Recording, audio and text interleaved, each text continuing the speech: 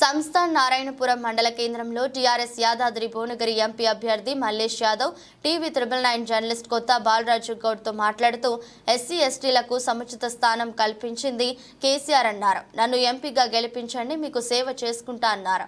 ఈ కార్యక్రమంలో తెలంగాణ ఉద్యమ జిల్లా నాయకులు జి సతీష్ కుమార్, భగవంతురెడ్డి, పల్లె రవీందర్ రెడ్డి, రసాల వెంకటేశం, సాగర్, చిలువేరు లారీ భిక్షం, మాజీ సర్పంచ్ ఎరుపుల అంజమ్మ, గుడి మల్కాపురం ఇంద్రసేనారెడ్డి, వడ్డేపల్లి రాములు, పేర రమేష్, జక్కడి యాదరెడ్డి తదితరులు పాల్గొన్నారు.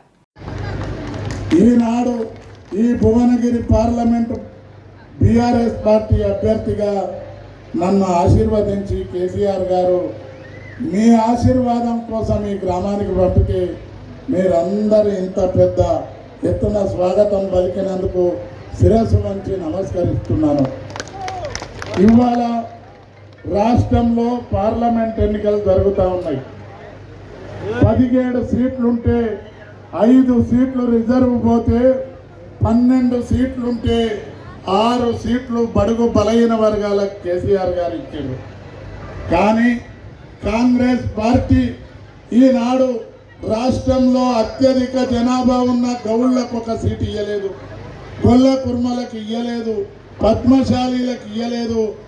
ఆఖరికి ఈ రాష్ట్రంలో ఉన్న 80 లక్షల మంది ఉన్న మాదిగలకు కూడా ఒక టికెట్ ఇవ్వలేదు. ఈ భువనగిరి పార్లమెంట్ ఏర్పడ్డ తర్వాత మొట్టమొదలు కోమటిరెడ్డి రాజగోపాల్ రెడ్డి గారు ఎమ్మెల్యే అయ్యారు, ఎంపీ అయ్యారు. తర్వాత బూర నరసయ్య గౌడ్ గారు అయ్యారు, వాళ్ళన్న ఎంపీ అయ్యిండు. మరి ఈ ముగ్గురు ఎంపీలు అయ్యి ఏం చేసిర్రు అని ఒకసారి మీరు ఆలోచించండి. కోమటిరెడ్డి రాజగోపాల్ రెడ్డి గారు అరిచేతుల బెల్లం పెట్టి మోచేత నాకిస్తాడు.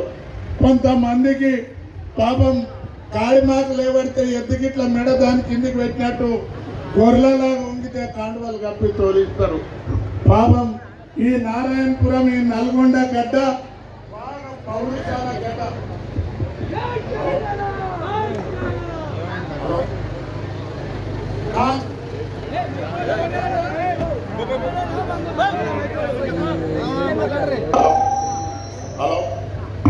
కానీ మరి కొంతమంది ఈ ప్రాంతంలో పౌర హక్కును కూడా కాల రాస్తా ఉన్నారు.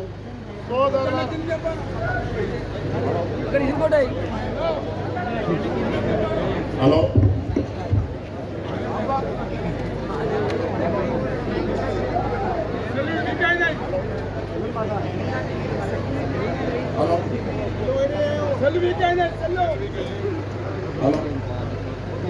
కానీ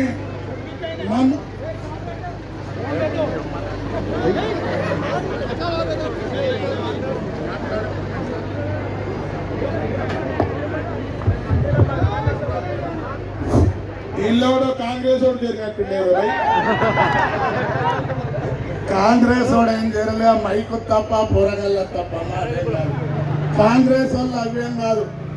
ఇవాళ నా మీద ఒక చామల కిరణ్ కుమార్ రెడ్డి అనేటోడు పోటీ చేస్తా ఉండు. నేను కూడా 38 సంవత్సరాలు రాజకీయాలలో ఉన్నా. నేను కోమటిరెడ్డి రాజగోపాల్ రెడ్డి అన్న వెంకటరెడ్డి కన్నా మొదలు